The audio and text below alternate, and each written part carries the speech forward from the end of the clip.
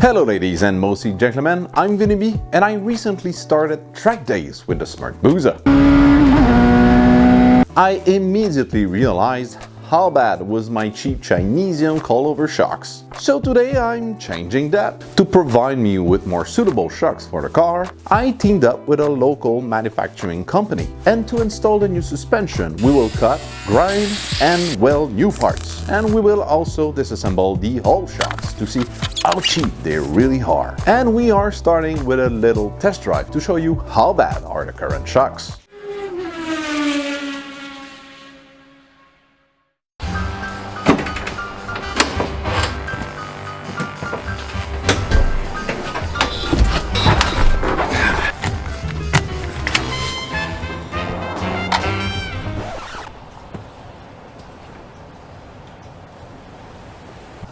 But where's my windshield? Oh, that's right, I removed it from the last episode for the roll cage. So I guess I'll make a new one. And let's start by making a metal brace.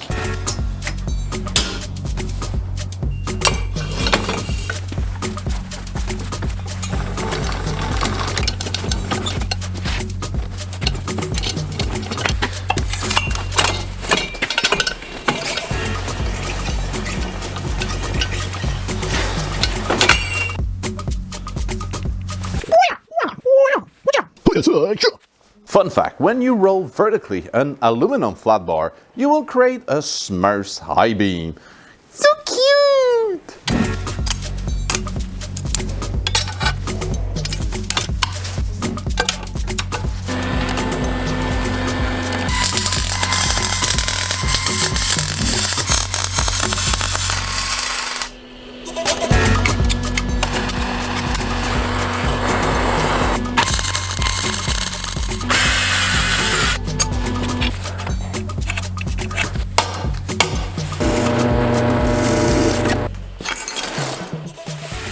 Sometimes I might look very good at what I'm doing during these montage, but in fact it's just because I made it twice. Yep, I fucked up the first one.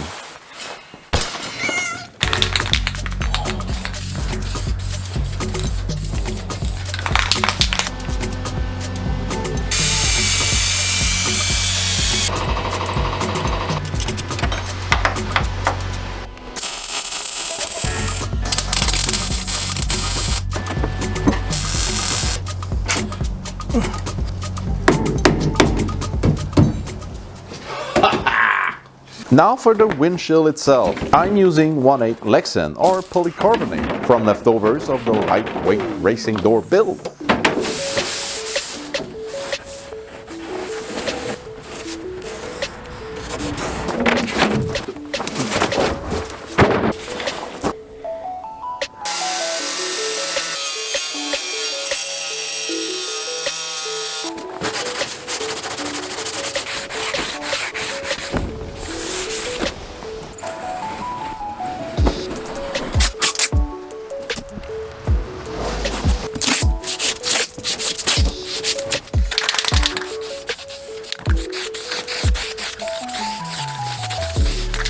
Next morning. Just for the fun of it, and before installing the new windshield, let's compare weights between the two. So we're at 24 pounds for the original one, and to be fair, let's include the metal brace with the Lexan windshield. And I do have to use a smaller scale since the body weight scale was not sensitive enough. And we are at 9.2 pounds, meaning we saved about 15 pounds. Not bad at all.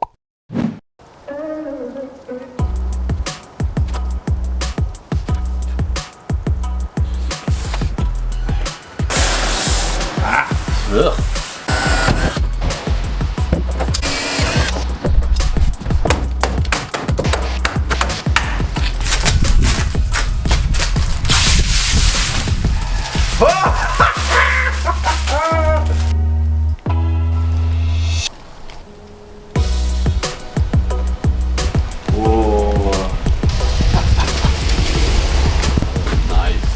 Which brings us finally to the test drive. Here I'll try to share with you the feeling of that cheap Chinesium suspension, thus giving us a baseline, which we will compare with the new suspension once it's installed, To do so, I firmly secured my Canon camera to the car and disable any stabilization option, and hopefully I'll be able to capture how stiff, I mean bad, that suspension really is.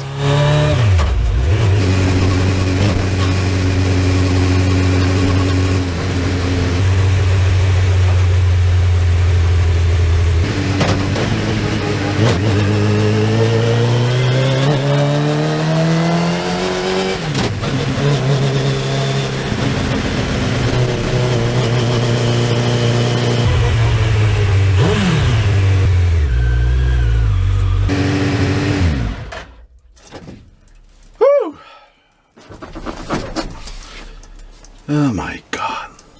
Okay, with the test drive done, now I can start the disassembly. I took some reference measurements before lifting the car, so I'll have a good starting point to reset roughly the same height with the new suspension. And yes, all the rubber bushings are pretty much destroyed. Yeah, these are not supposed to sustain the weight of a car. Yeah, if we can call the Smart-Busa a car. In the track session video, I received a couple of comments regarding my Chinesium piggyback shock. Yeah, right. Do you know what is a piggyback on a shock? That's the piggyback. Think of it as an outgrowth of the shock. I'm no expert here, but this outgrowth basically gives more capacity, more juice, more adjustability, more cooling. In short, well, it gives more performance out of the shock. Typically in this reservoir, you have nitrogen gas or air right here with a valve, and in the middle you will have what we call an IFP, independent floating piston, that separates the oil from the gas. And the comment I got was that it might be so cheap that the piggyback is maybe not even connected to the piston. So maybe no hole is just cosmetic, it's a fake. So yeah, let's find out.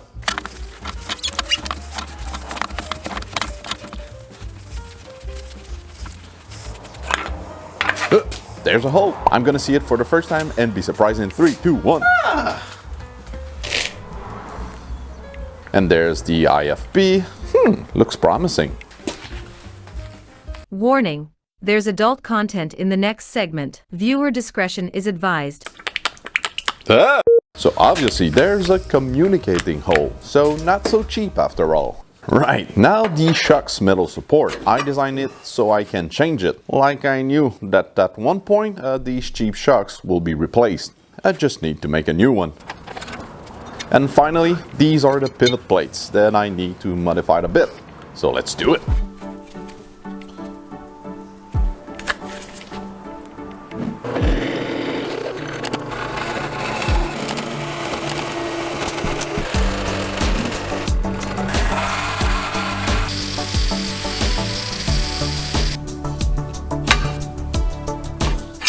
After modifying the pivot plates, I designed a new metal support for the shocks. To do so, I roughly sketched the future shocks to give me a starting point. After that, it was easier to figure it out and design the rest of the support. Let me just round some corners, like so. I'll get rid of the shocks. Perfect.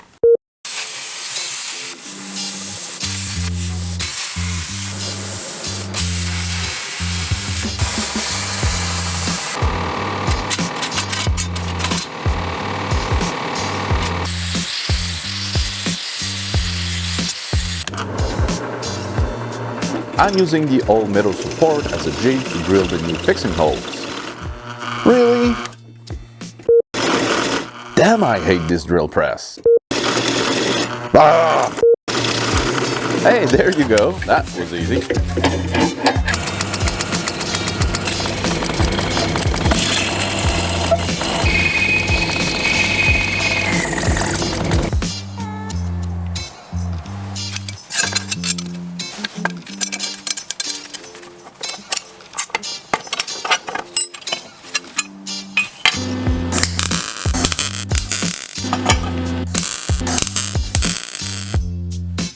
So I installed the modified pivot plates and the new metal support, but we're missing the pièce de résistance. Which brings us to the new coilover shocks. And I'm super stoked and proud to announce that I teamed up with a local company named Stadium Suspension to build me my new coilover shocks to the Smart-Busa specs. This is where I met Luke, one of the two companies' owner. He gave me a complete, and I mean complete, guided tour of this amazing shop. And let me tell you this, these guys are passionate about what they're doing, and they've been doing it for more than 2 decades.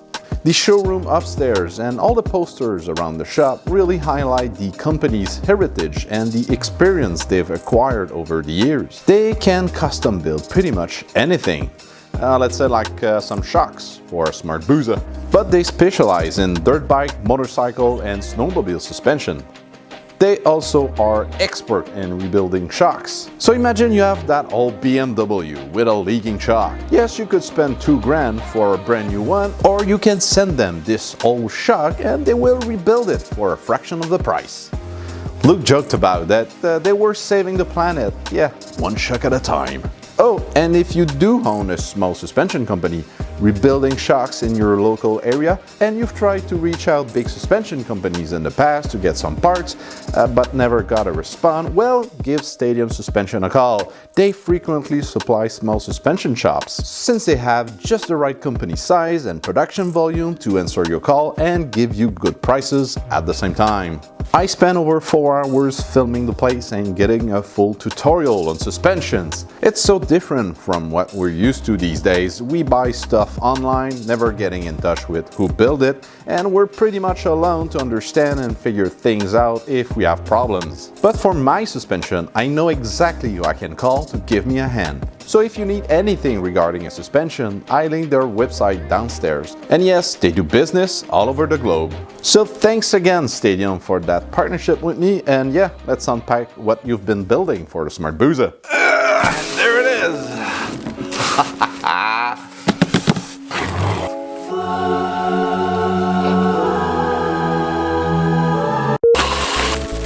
Stickers. It's Christmas! Holy smells oil, but not the Chinesium one. Now that is a real beauty. So here we've got the compression adjustment knob, and on top we have the piggyback with the nitrogen reservoir and those 2 knobs. The bottom one is for low and the top one high speed. And by speed, I'm not at all referring to the speed of the car, but actually the speed of the flow of the oil going into that canister. So we adjust the low speed for any typical kind of bumps, and we are adjusting the high speed knob just for those sharp and big bumps, almost like you were jumping a curb, which I won't do in the Smart-Busa. Donc en résumé, here we have the adjustment height where we can preload the coil, here the compression adjustment, the low and the high speed. So we're back where we last left the Smart-Busa. Nice! And with a bit of fine-tuning, I was finally able to install both coilover shocks.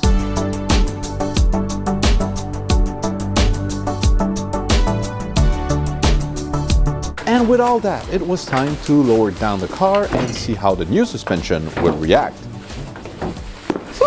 Using the reference measurements I took earlier, I realized how high the car now sat. Typically on a McPherson suspension, you adjust the coil preload to give you the right height, but on a cantilever suspension, you also have the option of changing the push link length to adjust the height. So once I was happy with the preload adjustment, I fine-tuned the car's final height by screwing the 2 arm joints on the pushing link. And since one of them is a right-hand thread and the other one is left-hand, it's just a matter of turning the link counterclockwise.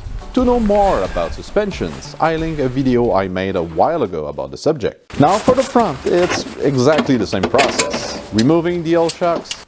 Yep, got worn out bushings there too. Oh, and for the fun of it, here's a side-by-side comparison. Yep, prefer the Stadiums. The front installation involved a bit more frame cutting, but the rest was pretty much the same as the rear, modifying the pivot plates and creating a new metal support, and then voila!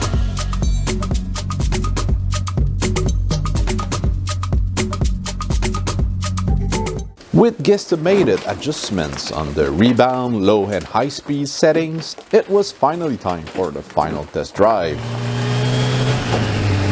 Well, maybe after a little chat with the neighbors. Yeah. Petting their puppy. And off we go. Here's a side-by-side with the old and new suspension.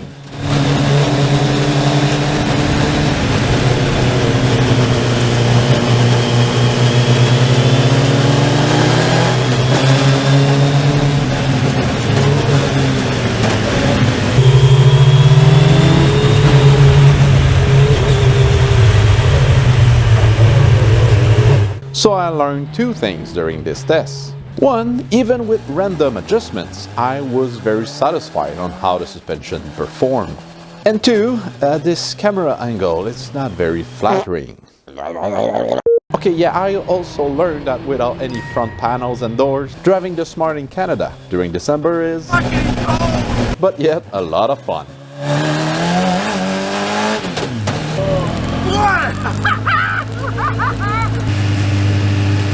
I'm very confident that with this setup, this summer during track days, I'll be able to fine-tune the Smart-Busa suspension and have better handling than before. I also think that I will have at least 2 or 3 different setups, depending on the racetrack. So that's another feature of the car that I will have to master with seat time. And don't forget, if you need shocks or coils or coilover shocks, new or to rebuild, give a call to Stadium. You won't be disappointed.